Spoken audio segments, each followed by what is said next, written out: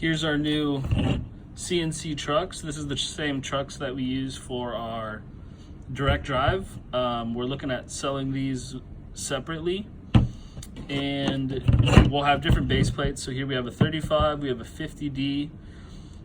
We also might look into a 10 degree and 45 degree base plates, so you could swap the base plates, they're interchangeable.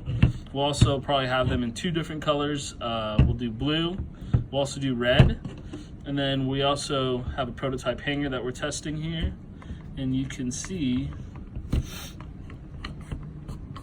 that the prototype hanger fits. So we'll have this with these two.